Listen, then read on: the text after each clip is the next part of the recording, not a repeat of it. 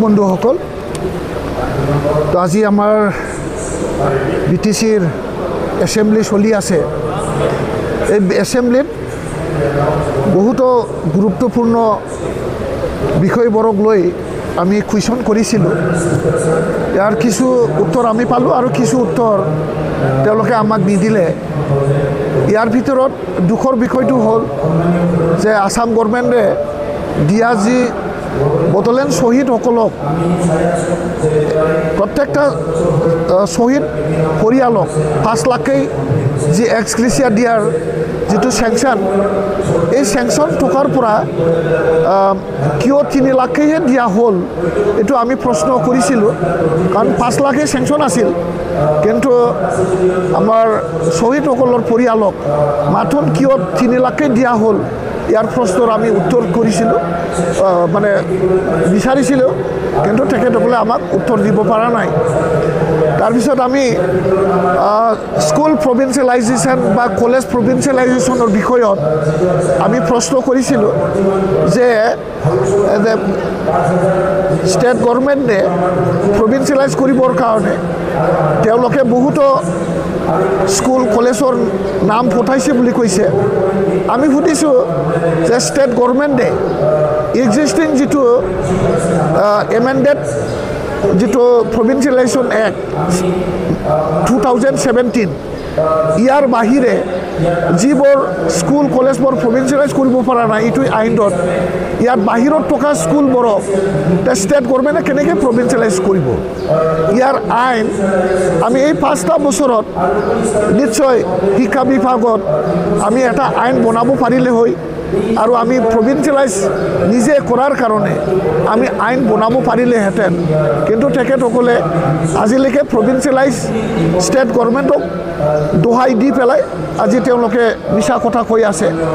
আৰু 10খন কলেজ যে প্ৰভিন্সিয়েলাইজ কৰা হ'ল, এই কলেজখন কোনটো আইনৰ অধীনত, কোনটো এক্টৰ আধাৰত, কোন ৰুলত এই প্ৰভিন্সিয়েলাইজ কৰা হ'ল, এইটো তেওঁলোকে উত্তৰ দিব পৰা নাই। আৰু আমি অলপ আগতে যে আমাৰ লেণ্ড ৰেভিনিউ ডিপাৰ্টমেণ্টত এটা আইন এটা মডিফিকেশ্যন কৰিছে। 1886 যিটো আমাৰ ষ্টেটৰ এক্সিষ্টিং লেণ্ড ল', এই লেণ্ড লক মডিফাইড কৰিবৰ কাৰণে, ইয়াত মানে ইনচাৰশ্যন কৰিবৰ কাৰণে আৰু বিভিন্ন দফা মডিফাইড কৰিবৰ কাৰণে আজি BTCত এটা বিল উত্থাপন হৈছে। 1 মিনিটতে বিল উত্থাপন আৰু 2 মিনিটৰ ভিতৰতে এই আইনখন পাছ কৰা হ'ল। তাৰপিছত আমি আপত্তি কৰিছিলোঁ। তো আপত্তি এইটোৰ কাৰণে কৰিছিলোঁ, যিটো এটা ক্ৰুচিয়েল এটা আইন, এটা লেণ্ড ল', এই লেণ্ড ল'টো 1 মিনিটত উত্থাপন আৰু 2 মিনিটৰ ভিতৰতে পাছ কৰা, এইটো অসম্ভৱ। যিখন বিল আপোনালোকে মডিফিকেশ্যন কৰিব বিচাৰিছে আৰু ইয়াত আইন আৰু সংযোজন কৰিব বিচাৰিছে, কোনটো আইন আপোনালোকে মডিফাইড কৰিব, এই মডিফাইড কৰিব বিচৰাখিনি নিশ্চয় হাউচত অৱগত কৰিলেহেঁতেন, বা আমি এই আইনখন আমি অলপ চালি জাৰি চাব পাৰিলেহেঁতেন, তেতিয়াহ'লে ভাল আছিল। পাছ কৰি গ'ল, বিলখন পাছ কৰি গ'ল। আৰু তেওঁলোকে কৈছে যে BTC একৰ্ডৰ যিটো আমাৰ পেৰেগ্ৰাফ, মানে দফাৰ যিটো পেৰেগ্ৰাফ 3, তাতে মানে আমাৰ 3.3 and 3.B যিটো কলম, এই কলমত BTC কেন মেক লছ, মানে নিজাববীয়া BTCয়ে আইন বনাব পাৰে। এই আইন বনাব পাৰে এটা যিটো আমাৰ কিবা হয়, যিটো দফা আছিলে, এই ক্ষমতাটো লৈ পেলাই তেওঁলোকে আজি BTCতেই এটা মাটিৰ আইন বনাব লাগিছিলে। আইন বনাই পেলাই হাউচত লেজিছলেটৰসকলে যিসকলে আইন বনায় তেওঁলোকে ভালকৈ ষ্টাডি কৰিব লাগিছিলে, কোনটো আইন ৰাখিব লাগে, কোনটো আইন বনাব লাগে, সেইটো নকৰাকৈ তেওঁলোকে মানে 1 মিনিটতেই বিল উত্থাপন আৰু 2 মিনিটতে বিল পাছ, ইয়াৰ আমি বিৰোধিতা কৰিছোঁ। একদম আমি বিৰোধিতা কৰিছোঁ।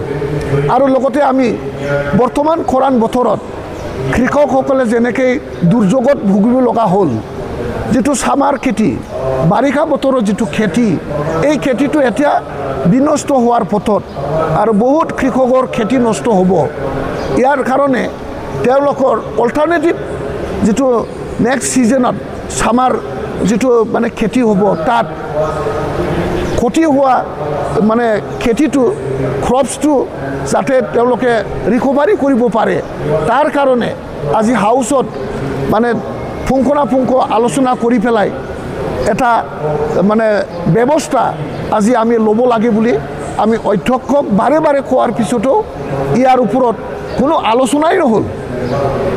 এতিয়া যে বাৰিষা বতৰত ইমান দুৰ্যোগ, ড্ৰাউট লাইক চিচুৱেশ্যন, ইয়াত আমাৰ ডিপাৰ্টমেণ্ট হিচাপে কি পদক্ষেপ লোৱা উচিত, স্পেচিয়েল কেয়াৰ কেনেকৈ লোৱা হওক, ষ্টেট গভৰ্ণমেণ্ট আৰু চেণ্ট্ৰেল গভৰ্ণমেণ্টৰ লগত এইখিনি চিচুৱেশ্যনটো কেনেকৈ আমি মোকাবিলা কৰিম, তেওঁলোকৰ পৰা আমি কেনেকৈ সহায় সহযোগিতা ল'ম, এইটোৰ ক্ষেত্ৰত অধ্যক্ষ মহোদয়ৰ মানে এটা আলোচনা বিলোচনা কৰি পেলাই যদি কৃষকসকলৰ কাৰণে আজি যদি হাউচত কিবা এটা উপায় ওলাব পাৰিলেহেঁতেন, তেতিয়াহ'লে আমি BPFৰ MCLA হিচাপে, ৰাইজৰ জনপ্ৰতিনিধি হিচাপে আমি খুব সুখী হ'লহেঁতেন।